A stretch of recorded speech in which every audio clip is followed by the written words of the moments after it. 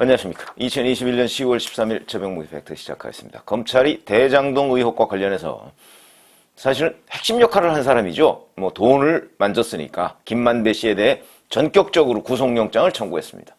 자, 그런데 김만배 씨 단 하루 14시간 동안 조사했거든요. 그거 이런저런 조서 열람시간 이런 거 빼면 사실 조사를 별로 못한 겁니다. 그럼에도 불구하고 서둘러서 영장을 친 흔적들이 곳곳에 나타나고 있는데 우선 영장 내용 한번 살펴보겠습니다. 이렇게 되어 있습니다. 유동규 전 성남도시개발공사 기획본부장하고 같이 1,100억 원대 배임 공범 혐의. 1,100억 원? 이것도 어떻게 나온 숫자인지 좀 애매하고요. 그 다음에 유동규 씨한테 700억 원 지급을 약속하고 올해 초에 5억 원을 전달한 뇌물공여 혐의. 이렇게 돼 있고 요거만 돼 있습니다. 그 다음에 곽상도 의원 아들한테 지급한 퇴직금 50억 원. 이것도 뇌물이라고 판단을 했는데 글쎄요, 곽상도 의원 아직 조사도 안 했습니다. 이게 뇌물이 되려면 곽상도 의원한테 뭔가 대가를 바라고 그 아들한테 퇴직금을 주었다. 요런 구성이 돼야 이게 뇌물이 되는 것인데 근데 곽상도 의원 조사도 안 하고 그 다음에 그럼 누구 말을 듣고 김만배 씨가 인정했을 리 없고 이 부분도 좀 애매하다. 이것도 조사가 미진한 상태에서 그냥 서둘러서 일단 후려친 것 아니냐. 이렇게 이제 충분히 우리가 짐작을 할 수 있는 대목이고 이런 식으로 해서 김만배 씨한테 뇌물 혐의 적용된 게 대개 750억 원 정도 있는데 글쎄요. 이런 거 한번 보시죠. 화천대유에서 장기 대여금으로 갖다 쓴 473억 여기 중에 이제 사용처가 확인되지 않은 데가 한 55억 정도 돼 있다는데 이것도 횡령 혐의를 적용했습니다. 그런데 사용처가 확인됐다고 해서 그 확인이라는 게 뭘 의미하는지 모르지만 여기다 썼다 그러면 실제 썼는지를 확인해야 되는 거 아닙니까? 그런 부분도 시간상으로 매우 부족하다 하는 관점에서 본다면 서둘러서 김만배 씨에 대한 신병 확보를 하려는 것 그것이 하나의 수사의 기법이 될 수도 있습니다만은 그게 너무 서두르는 흔적이 있다. 그러면 검찰이 왜 이렇게 서두를까 하는 부분이 이제 제가 지금 말씀드리려고 하는 내용입니다. 무슨 얘기냐면 어제 오후 2시에 문재인 대통령이 이 사건에 대해서 신속하고 철저한 수사 이걸 주문을 했습니다. 그렇죠. 그런데 이전에 김만배 씨가 어제 새벽 0시 30분에 검찰 조사를 마치고 집에 나가면서 추가 조사가 있을 것처럼 검찰이 설명을 해왔습니다.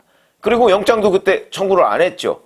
그러니까 0시 30분에 나갈 때는 그러면서 추가 조사를 할 것처럼 얘기하고 심지어는 김만배 씨 측 변호인에 따르면 추가 조사 여부를 지금 논의하고 있어 조율하던 이렇게 얘기했습니다. 다음 조사 일정을 조율하던 상황에서 황당하다 이런 입장이 나왔습니다. 자, 그렇다면 이렇게 상상해 볼 수 있죠. 검찰은 김만배 씨 14시간 조사한 거 이거 가지고 턱도 없이 부족하다. 김만배 씨가 시종일관 부인하고 그러니까 뭔가 다른 사람 유동규나 이런 사람들에 대한 보강 조사를 거쳐서 김만배 씨가 정말 부인할 수 없는 상황을 만들어서 그 다음에 정영학 회계사가 제출한 녹취록 그 안에 있는 내용까지 다 들려줘가면서 이런 것들을 한번 추궁을 해서 김만배 씨를 꼼짝 못하게 만들고 구속영장을 청구하는 것. 이게 순서입니다, 보통에. 그런데 어제는 정영학 회계사의 그 녹취록도 들려주지 않았다는 거 아니겠습니까?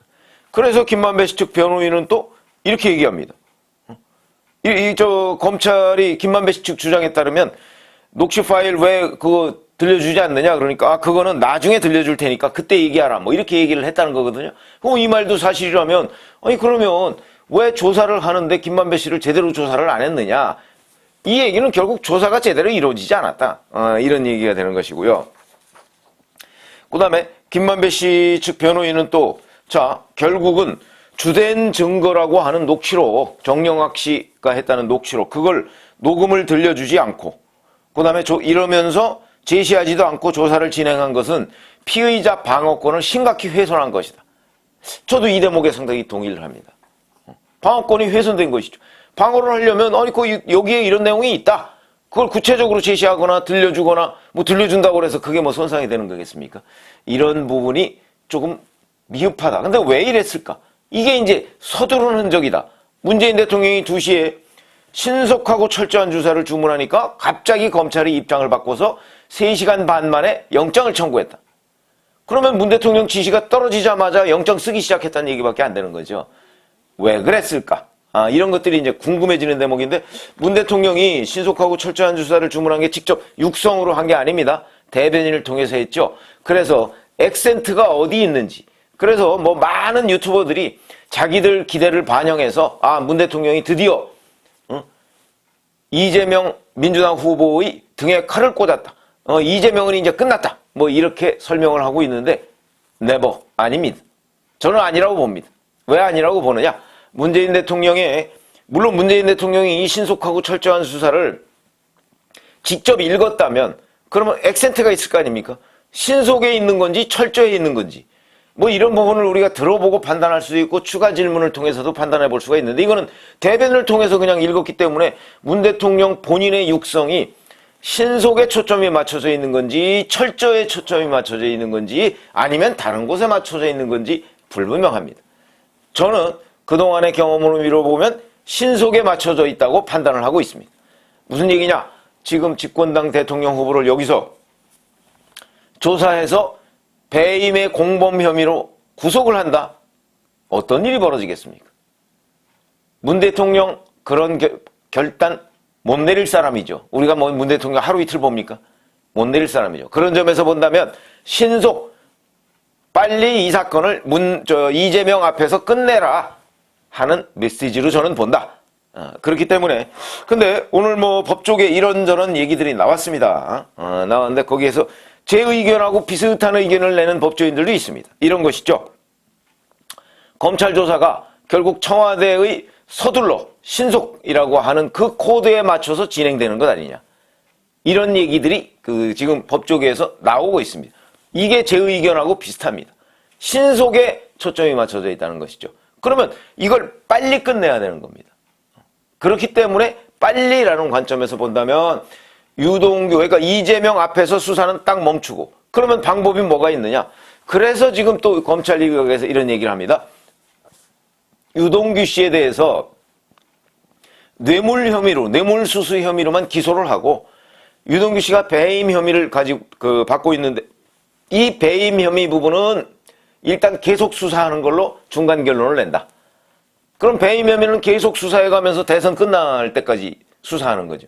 그 대선에서 만약 이재명 후보가 당선되면 없던 일이 되고, 이재명 후보가 당선이 안 되면 계속 수사하는 걸로 되고, 아마 이렇게 할 가능성, 이걸 벌써부터 점치는 사람들이 있습니다. 그렇기 때문에 제가 지금 말씀드린 내용은 이 검찰이 당초에 예정된 일정을 확 바꿔서 갑자기 김만배 씨에 대해서 구속영장을 청구하면서 이 혐의가 제대로 확정되지 않은 내용들을 그 구속영장에 다 넣어서 이렇게 해서 서두르는 모습, 약간 허둥지둥되는 모습, 이런 걸 보이는 것은 결국은 문 대통령의 지시 중에는 신속에 초점이 맞춰져 있는 것 아니냐, 철저가 아니고 이렇게 본다면 이재명 민주당 대통령 후보를 그 앞까지만 하고 나머지 사람들, 뭐 김만배, 유동규 뭐 이런 사람들 전부 다 사법 처리하는 선에서 이 사건을 마무리 지으려고 하는 것 아니냐 하는 이제 의심을 할 수밖에 없는 거고요. 아마 저희처럼 이제 뭐 이런저런 법조 출입도 하고 뭐 정치부 취재도 하고 뭐 이런 사람들 감각으로는 제가 볼 때는 이건 문 대통령이 이재명 후보를 버린 게 아니고 이재명 후보를 보호하기 위한 조치다. 저는 이렇게 봅니다. 왜냐하면 이재명 후보를 이런 식으로 보호하지 않으면 당내에서도 우선 이낙연 캠프로부터 계속 공격을 받고 있고요. 뭐 거기서 뭐 구속 가능성까지 거론이 되고 있는 상황 아닙니까? 굉장히 아픈 거거든요. 그러니까 이낙연 후보 캠프에 대해서도 문 대통령이 자, 내가 신속하고 철저한 수사를 지시했으니까 이제 그만하고 승복해라. 저는 이런 사인도 함께 보내고 있는 것이다. 이렇게 보는 것이죠. 그렇다면 자, 과연 어제 문 대통령의 지시가 이재명 후보를 버리는 것이냐, 등에 칼을 꽂은 것이냐, 아니면 이재명 후보를 보호하기 위한 조치냐 하는 부분은 뭐 좀 시간이 지나 보면 드러나겠지만 저는 뒷부분에 방점을 두고 있다. 저희 경험으로 볼 때 이렇게 말씀을 드리고요. 그런 점에서 본다면 검찰의 행동이 뭔가 이재명 후보 앞에서 딱 멈추려고 갑자기 속도를 내는 것이 좀 이상하다 하는 쪽에 저는 무게를 두고 지금 말씀을 드리는 겁니다. 그런 점에서 본다면 이거는요, 뭐 방법이야 뭐 여러 가지가 있겠죠. 근데 현재 뭐 이런 거 하나 볼 수 있습니다. 심지어는 이 사건이 벌어진 핵심이 성남시청인데 그 성남시청에 대한 압수수색도 안 했고요. 유동규 씨가 과거에 2015년부터 2020년 당시에 썼던 휴대전화, 이 휴대전화도 뭐 어디 지인한테 맡겼다 지금 이렇게 얘기하고 있는데 그것도 확보 안 한 것으로 알려져 있습니다. 이렇게 어설픈 상태에서 김만배 씨에 대한 구속영장부터 청구한다, 당초 예고와 달리 이런 것들이 검찰의 행동을 굉장히 의심하게 만드는 여러 요인 중에 하나가 되고 있다 하는 점을 말씀을 드리겠습니다. 감사합니다.